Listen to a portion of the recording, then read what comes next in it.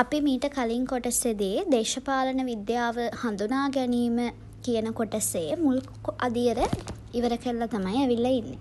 දැන් කතා කරන්න හදන්නේ දේශපාලන විද්‍යාව හඳුනා ගැනීමේදී වැදගත් වෙන මූලික කරුණු. ඒ කියන්නේ අපි දේශපාලන විද්‍යාව අඳුර ගන්නකොට අපිට වැදගත් වෙන මූලික කරුණු මොනවද? මේ විදියට මූලික කරුණු අපිට 3ක් ගැන කතා කරන්න පුළුවන් ප්‍රධාන වශයෙන්. පළවෙනි දේ තමයි දේශපාලන විද්‍යාව කියලා කියන්නේ පැරණි ශාස්ත්‍රීය විෂයක්. දේශපාලන විද්‍යාව කියලා කියන්නේ මොකක්ද? පැරණිතම ශාස්ත්‍රීය විෂයක් විදියට අපිට හඳුන්වන්න පුළුවන්. සාමාන්‍යයෙන් ක්‍රිස්තු පූර්ව 4 වන සියවසේ ඉඳලා මේ වෙනකම්ම අධ්‍යයන විෂයක් විදිහටනේ මේක වර්ධනය වෙන්නේ. ඒ වගේම තමයි මේක අර දර්ශනවාදය, ගණිතය, තර්කශාස්ත්‍රය, ආචාර විද්‍යාව, සෞන්දර්ය කියන විෂයන් එක්ක සමගාමීව තමයි වර්ධනය වෙලා තියෙන්නේ.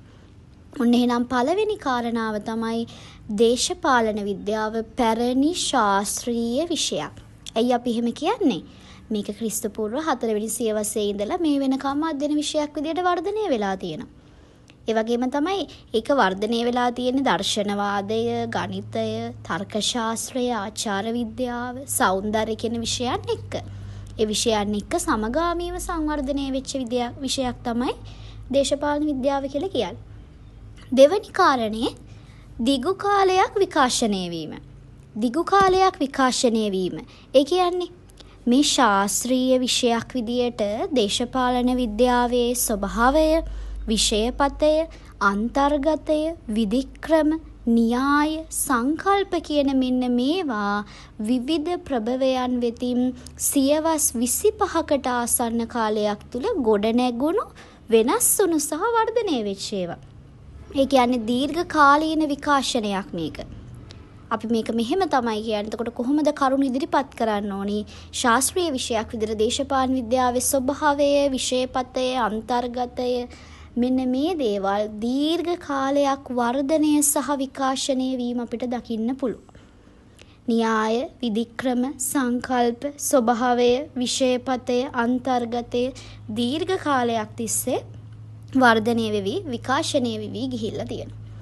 තුන්වෙනි කාරණාව තමයි දේශපාලන විද්‍යාවේ ප්‍රවේශ, න්‍යාය හා විධික්‍රම වෙනස්. හරිද? ඒ කියන්නේ අපි කියනවා න්‍යාය, ප්‍රවේශ, විධික්‍රම මෙන්න මේ දේවල් බහුවිධ ස්වරූපයක් ගන්නවා. බහුවිධ ස්වරූපයක් ගන්නවා. තුන්වෙනි කරුණ තමයි න්‍යාය, ප්‍රවේශ, විධික්‍රම බහුවිධ ස්වරූපයක් ගැනීම. ඔන්න එහෙනම් දේශපාලන විද්‍යාව අඳුර ගන්නකොට අපිට වැදගත් වෙන මූලික කරුණු 3ක් තියෙනවා. පළවෙනි එක තමයි දේශපාලන විද්‍යාව පැරණි ශාස්ත්‍රීය විෂයක්. ඒ කියන්නේ ක්‍රිස්තු පූර්ව 4 වෙනි සියවසේ ඉඳලා මේ වෙනකන් අධ්‍යයන විෂයක් විදිහට වර්ධනය වෙලා තියෙනවා. මොන විෂයන් එක්කද වර්ධනය වුනේ? දර්ශනවාදය, ගණිතය, තර්කශාස්ත්‍රය, ආචාර විද්‍යාව, සෞන්දර්ය කියන විෂයන් එක්ක සමගාමීව මේක වර්ධනය වෙලා තියෙනවා. ඊළඟට මේක දීර්ඝ කාලීන විකාශනයක්. දේශපාලන විද්‍යාවේ විෂයපතය, න්‍යාය, විධික්‍රම, සංකල්ප, ස්වභාවය, අන්තර්ගතය මේවා දීර්ඝ කාලයක් තිස්සේ වර්ධනය වෙවි, විකාශනය වෙවි ඉදිරියට අරගෙන ගිහිල්ලා තියෙනවා. ඒ වගේම තුන්වෙනි කාරණාව අපි කිව්වා න්‍යාය, ප්‍රවේශ, විධික්‍රම බහුවිධ ස්වරූපයක් ගන්නවා. හරිද? ඔන්න ඔය කියන කාරණා 3 තමයි දේශපාලන විද්‍යාව අඳුර ගන්නකොට අපිට වැදගත් වෙන මූලික කරුණු විදියට හඳුනාගන්නේ. හරිද? දැන් අපි පළවෙනි කොටසේදී දේශපාලන විද්‍යාව හඳුනා ගැනීම කියලා මූලික කරුණු ටිකක් කතා කරානේ. නේද? මම මෙතනදී පොඩි ප්‍රශ්නයක් දෙන්නම්. ප්‍රශ්නයක් කියලා කියන්නේ මම අහනවා ප්‍රශ්න 2-3. ඔයාලා හිතින් උත්තරයක් මවා ගන්නටක් ගාලා. හරිද? වීඩියෝ එක පොඩ්ඩක් නවත්තලා හරි හිතින් උත්තරයක් මවා ගන්න ඕනි. කලින් පාඩමේ කලින් කොටසින් තමයි මම අහන්නේ.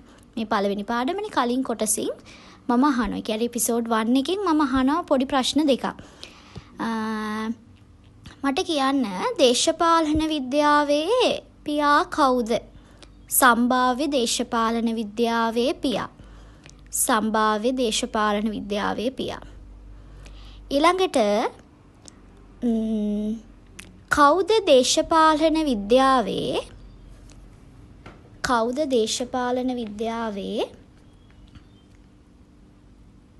විඥානවාදී දාර්ශනිකයා.